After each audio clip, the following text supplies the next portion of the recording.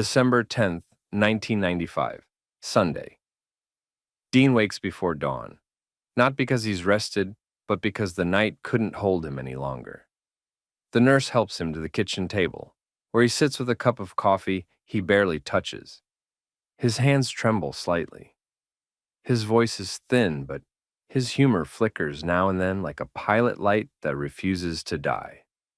"Cold morning, sweetheart," he murmurs. "Feels like Ohio again." He grows quiet, lost in that thought. And then the memories begin drifting back, pulling him toward the years when everything was changing faster than he could keep up. Flashback. Bill Randall. The man who knew talent before it happened.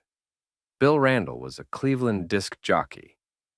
Really big in the early 1950s, but back then he was simply a sharp kid who could smell talent before the rest of the world caught the scent. He heard Dean's early recordings and said, "Stuck. That voice is going somewhere." Smooth but tough. Randall began playing Dean's songs on his powerhouse radio show, giving him a spotlight that reached far beyond Ohio. He introduced him to agents. He opened doors. He encouraged him to take the next leap. Dean never forgot that.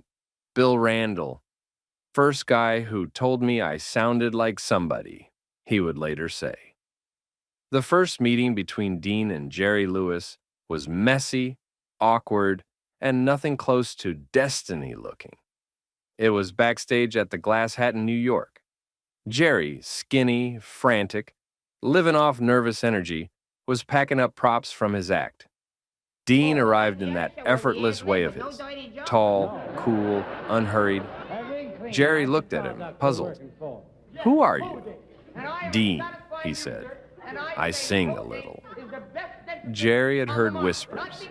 The guy with the lazy charm, the guy who looked like a matinee idol but joked like a bartender. They didn't spark immediately. It was more like two planets drifting close enough to feel the gravity. But when fate put them on the same stage, improv, chaos, spontaneous riffs, something ignited. A chemistry nobody could manufacture.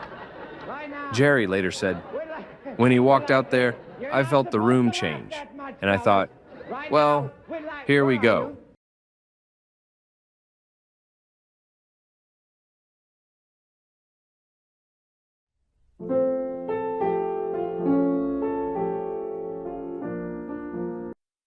December 10th, 1995, Sunday. Dean wakes before dawn, not because he's rested, but because the night couldn't hold him any longer. The nurse helps him to the kitchen table, where he sits with a cup of coffee he barely touches. His hands tremble slightly. His voice is thin, but his humor flickers now and then like a pilot light that refuses to die. The night they became Martin and Lewis. It was the Copa that turned two performers into a phenomenon. Camera bulbs popping, women screaming, guys laughing so hard they slapped the tables. Dean stood there with his half-crooked grin, singing smooth as butter. Jerry raced around him like a comic tornado. Their timing was effortless. Walter Winchell's column exploded with praise. Lines wrapped around the block. One night after a show, Dean looked at Jerry and said, "You know, kid, I think they like us." Jerry, sweating and high off the crowd, replied, "Dino, they love us." And they did. Like rock stars, before rock stars existed. Bigger than anyone expected. Maybe bigger than either of them were ready for. Las Vegas in the early 50s wasn't the polished empire it is today. It was raw, wild, and ruled by the energy of performers like Dean and Jerry. Their shows at the Sands were electric. People didn't sit politely, they roared. Dealers left tables to peek through doorways. Mob guys, movie stars, tourists. Everyone wanted a piece of Martin and Lewis.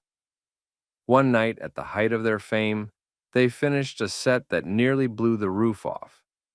Dean walked backstage, loosened his tie, and said to a stagehand, "So this is fame, huh?" The stagehand laughed. "Mr. Martin, you're the biggest thing in this town." Dean smirked, half amused, half disbelieving. "Well, don't tell the kid. His head's big enough." But inside, something shifted. That was the moment he knew.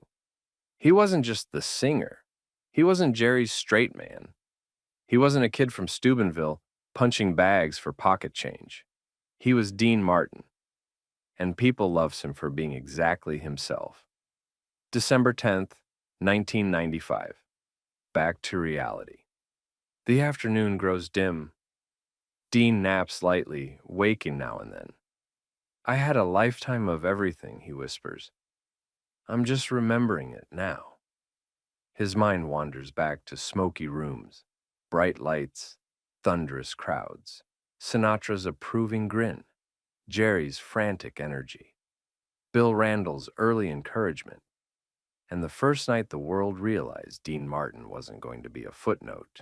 He was going to be a star.